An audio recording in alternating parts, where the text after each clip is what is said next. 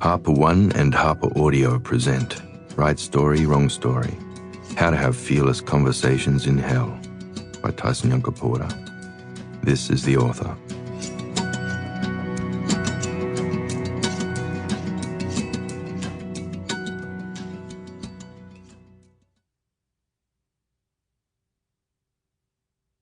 For my sweet, sweet woman, sorry about the mess, and thank you for all the love magic. The Wrong Canoe. Hello, my sibling. Did you know that male echidnas have 4 penises? If I were as smart as an echidna, I could use that factoid to come up with an evolutionary theory about male dominance and project it onto my own species and then sell a truckload of books. It's not really a fact, though. He only has one dick, a grotesque 4-headed one, and his mate probably doesn't want that horrible thing anywhere near either of their vaginas. I couldn't deliberately misinform you like that for profit. You and I have the same mother. You're standing on her right now, so it would be unthinkable for me to deploy some pseudo-scientific influencer trickery to twist your mind and ruin your life, just so I can make some money. Us two are related.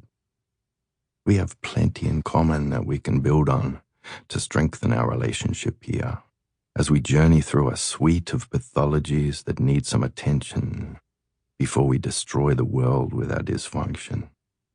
Even if you don't have the same disorders as me, you probably belong to a culture that does, unless, of course, you're from a healthy culture, in which case your land has almost certainly been invaded by an unhealthy one that will break you soon anyway.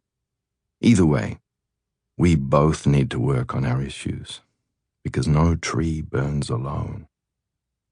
My brother says it's our fault as Indigenous people that the world is dying, because we failed to bring settlers into proper relation.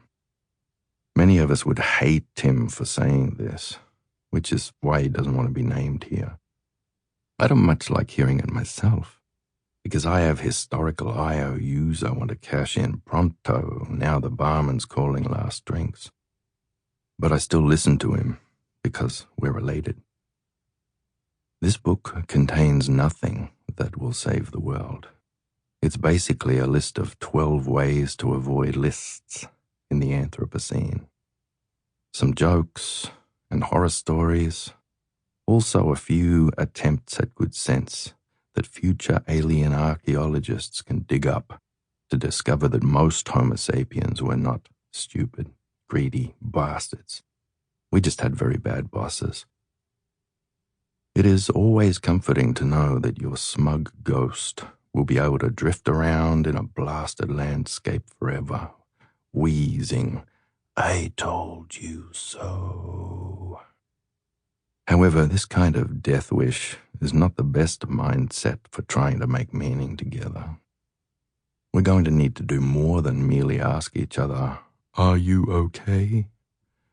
just because there's a poster in the staff toilet telling us we should. We need to heal a little, and we need to do it together, because it's going to hurt like hell. Us two will have yarns with many people as we journey through fire and water and rock. In my community, yarning is like conversation, but with the futile and passive-aggressive parts removed. The closest equivalent in Western culture I can find is thought experiment, which is a ritualized, crowdsourced narrative where everyone contributes their insight to the story, and every contribution is honored and included, no matter how contradictory these points of view might seem. This chapter, and the last one, will be like the green room at a big event, a place to hang out with galaxy brain thinkers like Hobbes and Rousseau and try to decide what we want to believe about the human condition. Discordant ideas will sting us like hornets, and horrific realities will drain our hope like leeches. Sample complete. Ready to continue?